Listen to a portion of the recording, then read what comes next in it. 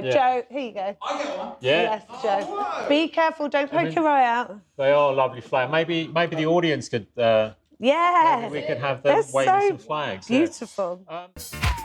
We all wanna be good, good, good.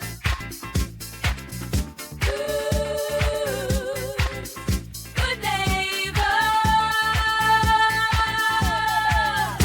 Now it's time to welcome our first ever live studio guest. Ooh. It's the creative director of Kinetika. It is the wonderful Ali Pretty.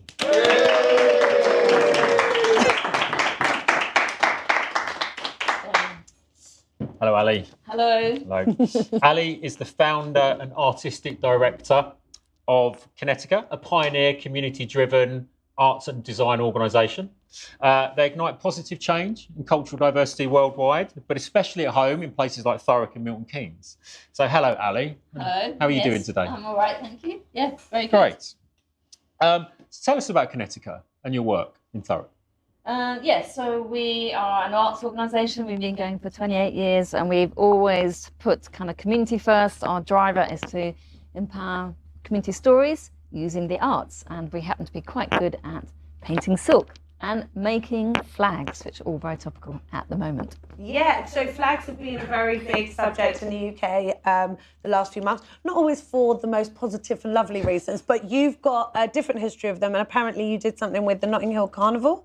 Is that right? Yeah, so I designed for the Notting Hill Carnival using silk design costumes for the first 15 years, which was like the 90s onwards, and then kind of took a bit of a change and found an amazing studio outside of Hackney, because you can afford it in Thurrock, and we found ourselves in Thurrock, and that is not like being in Hackney at all. And I had started doing a bit of walking, and they were like, oh, could you do a walking festival in Thurrock? And it's like, I don't really know anything about it, but you could take us around and show us what happens in Thurrock. And then we ended up drawing the places that we were going to walk to and making flags. Could you wave them for us? I could wave. Can we wave them? They're so beautiful. Here we go. Yeah. Joe, here you go. I get one. Yeah. Yes, Joe. Be careful, don't poke your eye out. They are lovely flags. Maybe the audience could. Yeah. Maybe we could have them They're waving so some flags. Yeah. beautiful. Ali, you took those flags to the mall, the mall. Sorry, Well, we've made a few. So Yeah. each one of these flags represents one of 100 places in Thurrock. And what's really important was that the people who live there drew their place. And then after several years, we were invited to the Queen's Jubilee pageant. And the Queen, well, via other people said, you know, can you do the thank you dance? And we were like, yeah, thank you, Queen, very much for your 70 years of reign. But also, thank you to the key workers. So the section that we took to the mall was, we took 100 people from Thurrock who'd been doing an amazing job during COVID, keeping us all going. And then they got to perform with flags in front of the Queen. Yeah, and we're going to see a little bit of that video now, aren't we? So yeah, because I think it's really amazing. Thank You Dance was a section in the Queen's Platinum Jubilee pageant, which was a tribute to the Queen's 70 years of reign. But most importantly, to the key workers from Thurrock and Milton Keynes for their contribution to society during the pandemic. And so this isn't just like, let's thank all the nurses. No, this is let's thank Valerie for what she did in Tilbury. Let's thank Kevin for what he did at the Gateway Academy. Let's thank Stevie as a paramedic who set up a flower shop in her ambulance. And all these really personal stories, they're real people with real stories and experiences. The choreography was about just simple steps together. It almost looked like a social dance, and it was just about celebrating diversity in Britain.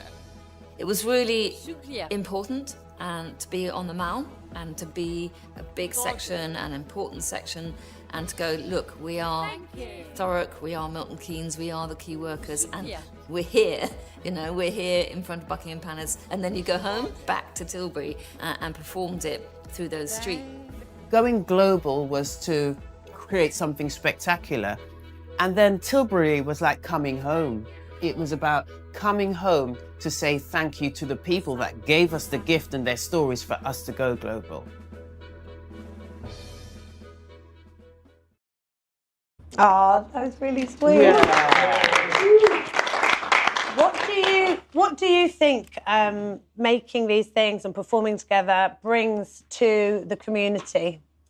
Well, it gives them a voice to talk about the place, and so a lot of people have never heard of Thurrock, and they kind of feel quite forgotten, I suppose, and lost. And over the last 10 years, I mean, so many hundreds of people in Thurrock have drawn and created their own flag, and then they get very attached to it when we're going on. We have an annual festival, and now it's something that it comes out every year, and it's just created a different kind of narrative for Thurrock. And then when we could take them to the Mall, you know, literally there they are with their flags in front of the Queen. It's like, oh God, suddenly we exist, and suddenly we have our story, and our stories become national, if not international. So we have a place, and so it really makes a difference about how people feel about the place. Yeah, maybe it's like a weird innate thing that people just love flags, but I'd much rather they were these beautiful, kind of colourful ones than some sort of strange nationalistic symbol myself.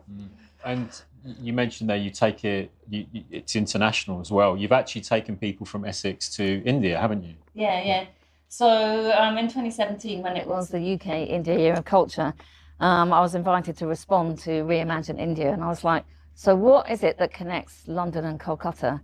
It's the river. And so because we're on the estuary and Kolkata's on the Hooghly, I was thinking about the people that are outside of the cities are actually like the backstage of the city. So let's tell the stories of those river communities. And so we made 20, I've just happened to have a bit of one here, really massive silks. And during that year, we also found the silk weavers of West Bengal. So these are hand woven in a village in West Bengal, and ever since that time we took 18 people from Essex to Kolkata. Yes, very nice. So I don't want to ruin it, sorry. And so even in that, those people that came from Thurrock and went to Kolkata, that's something that they could never have dreamed of, and it also means when they come back they have a slightly different perception of other places in the world.